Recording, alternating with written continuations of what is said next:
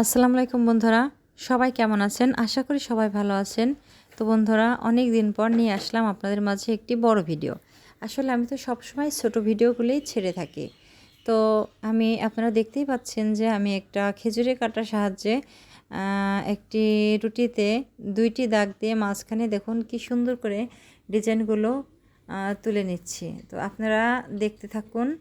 আসলে এটা খুবই সহজ কাজ, এটা কোনো কঠিন কাজ না। আমি ভিডিওটি একদমই না টেনে আপনাদের জন্য নিয়ে এসেছি যাতে আপনারা খুব সহজেই বুঝতে পারেন। আসলে আমি যে শর্ট ভিডিওগুলো করে থাকি সেই ভিডিওটি খুবই দ্রুত গতিতে চলার কারণে হয়তোবা অনেকেই বুঝে উঠতে পারেন না। তো এই ভিডিওটি দেখলে অবশ্যই আপনারা অবশ্যই বুঝতে পারবেন। বন্ধুরা দেখুন আমি কিভাবে খেজুরের কাঁটার সাহায্যেই দাগগুলো কেটে ডিজাইনটি তুলছি। আসলে এটা যে কোনো নির্দিষ্ট কোনো ডিজাইন না যে এটাই আমাকে করতে হবে। আপনি হাত দিয়ে ধরলেই ডিজাইন। মানে আমি বলতে চাচ্ছি যে আপনি যেভাবে ইচ্ছা সেভাবে আপনি ডিজাইনটি তুলে নিতে পারেন।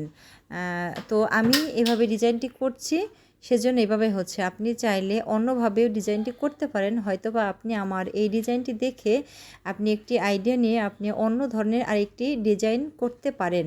তো বন্ধুরা, আসলে এই ডিজাইনটি কাটার জন্য সবথেকে খেজুরের কাঁটাটাই ভালো হয়। আপনারা টুথপিক দিয়ে কাটতে পারবেন বা নারকেলের পাতার মাঝখানে যে শলাটা থাকে সেটা দিয়ে আপনারা করতে পারবেন। বড় যে সুইগুলো আছে সেটা দিয়েও আপনারা করতে পারবেন। আসলে চাইলে অনেক কিছু দিয়ে করা যায়। তো খেজুরের কাঁটা দিয়ে করলে পিঠার ডিজাইনটি বেশি সুন্দর আসে, কারণ খেজুরের কাঁটাটা প্রথম থেকে দেখবেন চিকন থেকে একবারে লাস্ট পর্যন্ত আস্তে আস্তে মোটার দিকে হয়ে গেছে। সেজন্য আপনার খেজুরের কাঁটা দিয়ে ডিজাইনগুলো অনেক সুন্দর হয়।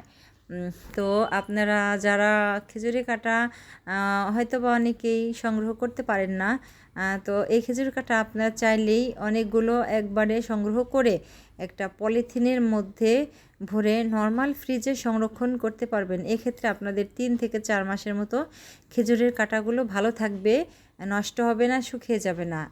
যদি বাইরে রেখে দেন তাহলে অবশ্যই কাঁটাগুলো শুকিয়ে নষ্ট হয়ে যাবে। সেজন্য আপনারা পলিথিনের মধ্যে ভরে অবশ্যই নর্মাল ফ্রিজে রেখে 3 থেকে 4 মাস বা তারও বেশি সময় ব্যবহার করতে পারবেন। তো বন্ধুরা, আমি পিঠার ভিডিওটি আপনারা হয়তোবা দেখতেই পাচ্ছেন যে কিভাবে সুন্দর করে কেটে নিচ্ছি। তো আপনাদের যদি আমার এই ভিডিওটি ভালো লাগে অবশ্যই আমার চ্যানেলটিকে সাবস্ক্রাইব করে বন্ধু হয়ে আমার পাশে থাকবেন এবং আমার ভিডিওটি ভালো লাগলে শেয়ার করে দিবেন অন্যকে। তো বন্ধুরা, সবাই ভালো থাকবেন। আল্লাহ হাফেজ।